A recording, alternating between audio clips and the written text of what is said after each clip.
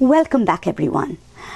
So you have had your first taste of the Keynesian system with the whole idea of aggregate income, aggregate expenditure, and your first experience of policy, in this case, fiscal policy. Obviously, not the difficulty, but that's how we develop our theories, is we began with the assumption that of ceteris paribus.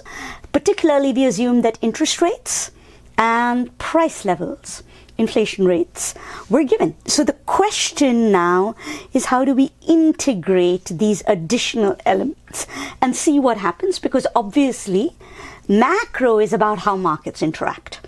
That's how it differs from micro. So we can't live in a ceteris paribus world if we're doing macro. So with that in mind, we're going to slowly open up this sort of set of questions, and we're going to integrate things one by one.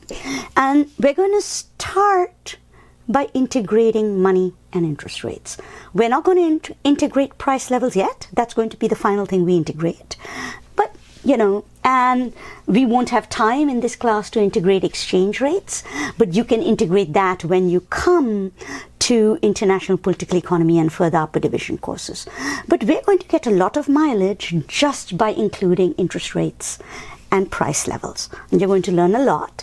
And in particular, we're going to start by reminding ourselves that in that circular flow, because the ceteris is paribus, we haven't really paid attention to the influence of interest rates and price levels.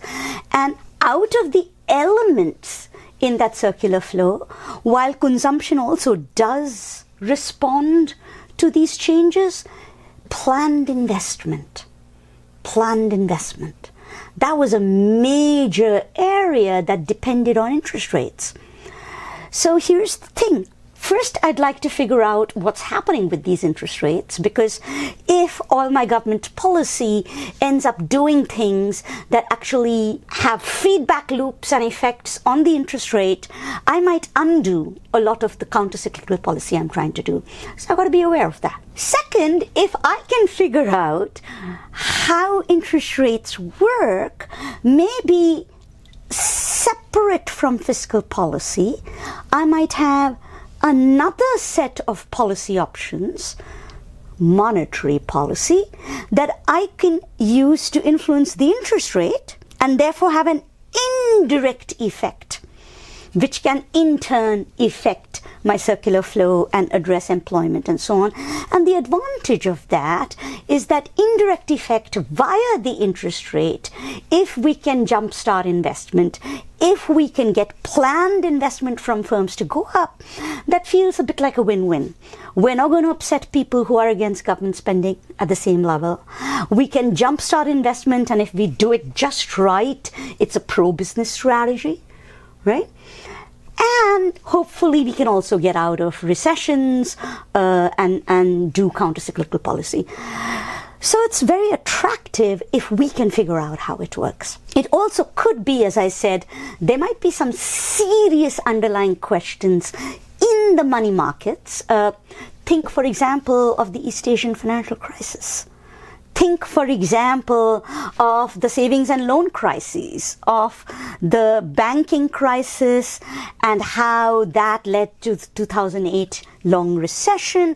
There might be things happening in money markets that we need to be aware of, because it seems as if many of the global recessions we've had, going all the way back to the Great Depression, had their origins in financial markets. So it would be really useful to figure out what's happening there. So in order for us to do that, we're going to work through a series of videos that help us get our head around these money markets. To do that, there are a few things we need to remember. And we're going to develop these step by step. The first thing we are going to do is we are going to remember that when we did the GDP, we were talking about a flow. So we are going to have to understand the difference between stocks and flows. Most of you already actually know this difference, but you're not always attuned to it. A stock is a volume at a point in time. So think about, for example, what's the volume of water in this bathtub? That's a stock. A flow is a rate that has a time dimension. So if you've got a tap, you can have a volume of water in the tub, and then you've got a flow, which is how fast is water entering this tub. And if I've got a drain, how fast is water leaving the tub? So the water entering the tub is a flow. The water leaving the tub is a flow, right?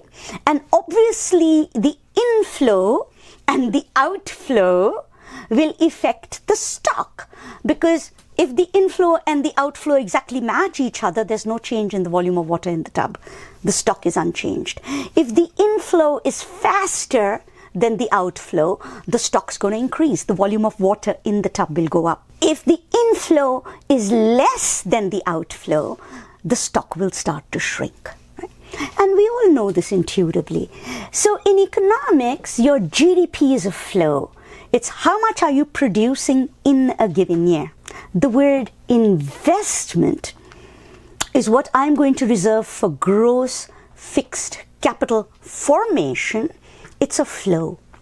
It's how much am I adding to the stock of goods and services that firms can use to improve production for the following year. That's a flow. That's the only thing I mean by investment in economics. On the other hand, so from a personal level, think about it.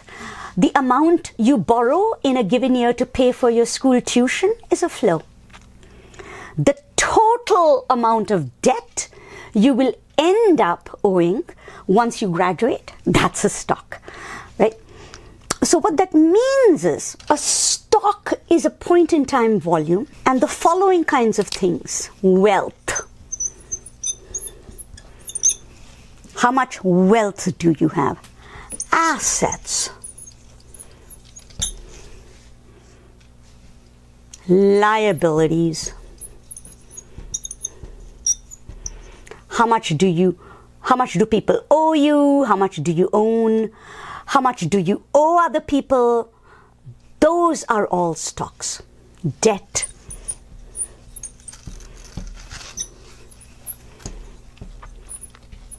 Flows are things like the income you get every week. So your weekly paycheck is a flow. It comes into your bank account, and then the stock, which is your total bank balance, can go up or down accordingly.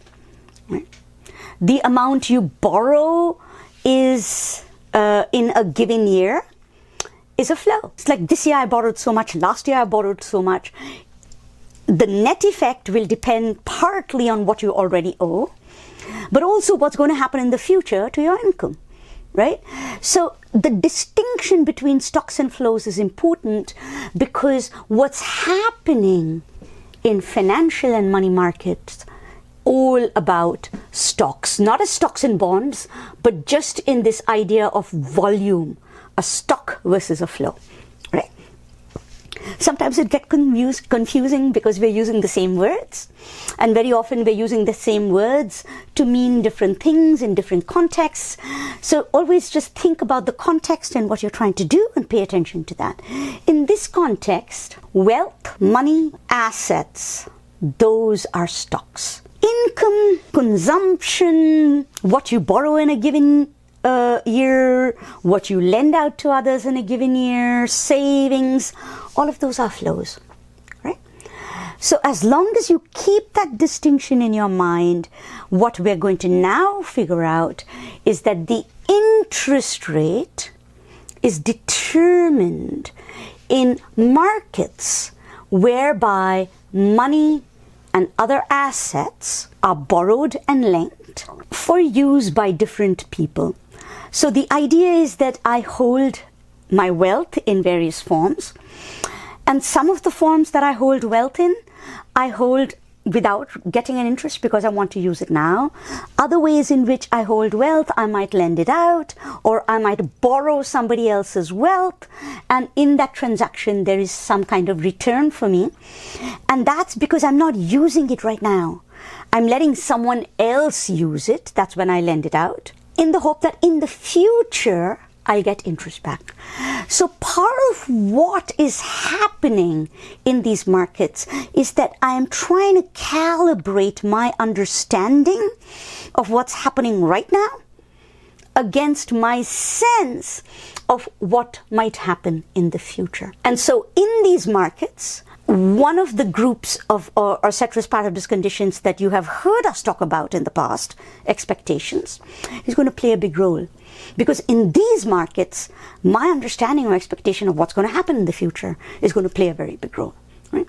So with this, let us now move on to the next field, which is to think about our overall balance sheets, assets, liabilities, and where money fits into it all.